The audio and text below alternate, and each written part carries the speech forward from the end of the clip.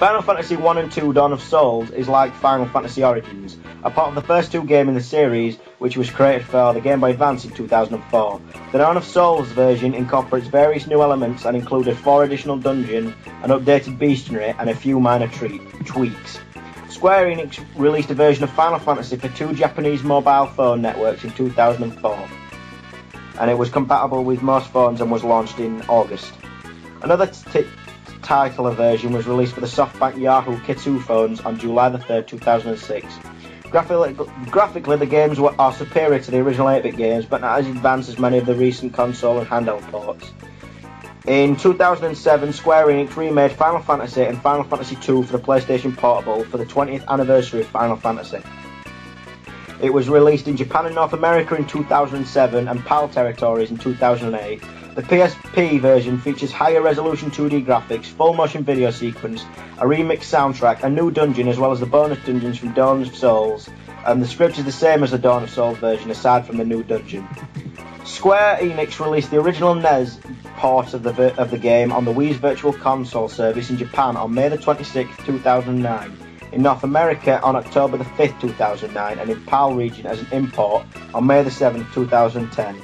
On February 25, 2010, Square released the iOS version of Final Fantasy based on the PSP port with touch controls worldwide. Square Enix had also collaborated with Namco to release a mobile version of Final Fantasy that was made globally. The mobile version retains the same game difficulty and MP system from the original Famicom version, but the rest of the game's element is borrowed from the Game Boy Advance and WonderSwan Color versions, such as updated graphics, spell names, monster names, bosses, items and areas. But there are now 3 save game slots instead of having to save it in, and a temporary save option available in this new game. Reception and legacy. Final Fantasy was well received by critics and commercially successful. The original release sold 400,000 copies, and as of March 31st, 2003, the game includes all re-releases at the time, had shipped 1.99 million copies worldwide, with 1.21 million of those being shipped in Japan and 780,000 abroad. As of the 19th of November 2007, the PlayStation Portable version has shipped 140,000 copies. In March 2006, Final Fantasy appeared in Japanese magazine Famitsu's Top 100 Game list, where readers voted it the 63rd best game of all time. GameFAQ users made a similar list in 2005, which ranks Final Fantasy at 76th. It was rated the 49th best game made on the Nintendo system in Nintendo Power's Top 200 Games list, and in August 2008, Nintendo Power ranked it the 19th best Nintendo Entertainment System video game, praising it for setting up the basics of console role-playing games along with Dragon Warrior, and citing examples such as epic stories, leveling up, random battles, and character classes. Editors at IGN also ranked the Final Fantasy the 11th best game on the console, calling the game's class system diverse and praising its convenient use of vehicles as a means of travelling across the world map. Final Fantasy was one of the most influential early console role-playing games, and played a major role in legitimising and popularising the genre. The subsequent versions of Final Fantasy have garnered most favourable reviews from the media. Final Fantasy Origins was generally well received, and Dawn of Souls were generally positive. The theme song that plays when the characters first cross the bridge from Corneria had become the recurring theme music of the series and has been featured in most numbered Final Fantasy titles, except for Final Fantasy II and Final Fantasy XIII. Final Fantasy was also the basis for the series finale of a video game themed cartoon series, Captain N the Game Master, and entitled The Fractured Fantasy of Captain N. 8-Bit Theatre, a sprite-based webcomic created by Brian Clevinger parodying the game, has become very popular in the gaming community since it started in March 2001. The Warrior of Light, which is based on Yoshitaka Amanu's design of the lead character, and Garland are the retrospective hero and villain representing Final Fantasy and Dissidia Final Fantasy. The Warrior of Light was voiced by Toshiko Seki in the Japanese version and Grant George in the English version, while Garland was voiced by Kenji Utsuma in the Japanese version and Christopher Sabat in the English version.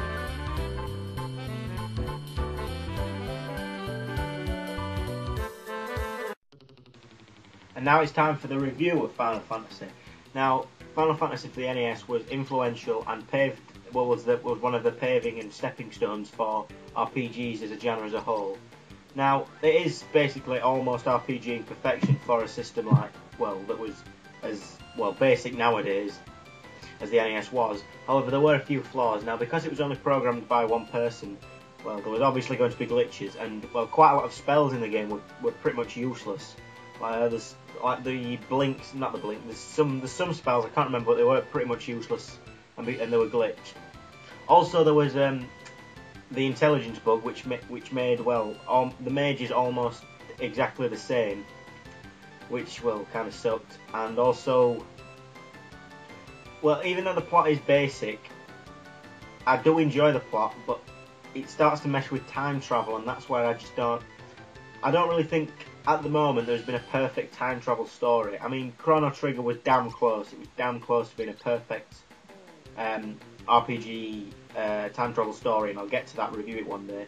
But yeah, I think if you just defeated Tiamat and then you found out that Garland was behind all of it, I don't know how you could justify it, but I just didn't really enjoy the fact that it had a time travel twist, and they're hard to pull off, and they're never usually successful.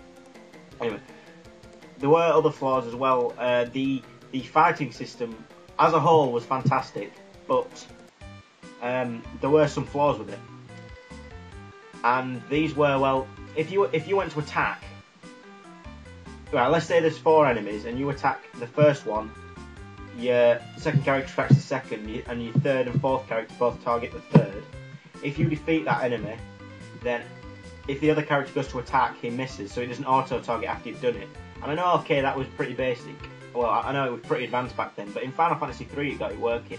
Now, maybe technology had advanced far enough for them to do it, and maybe they'd just seen, well, you know, I don't know how it worked in other games at the time. I'm not sure about Dragon Quest. I'm sure that was out before it, but anyway.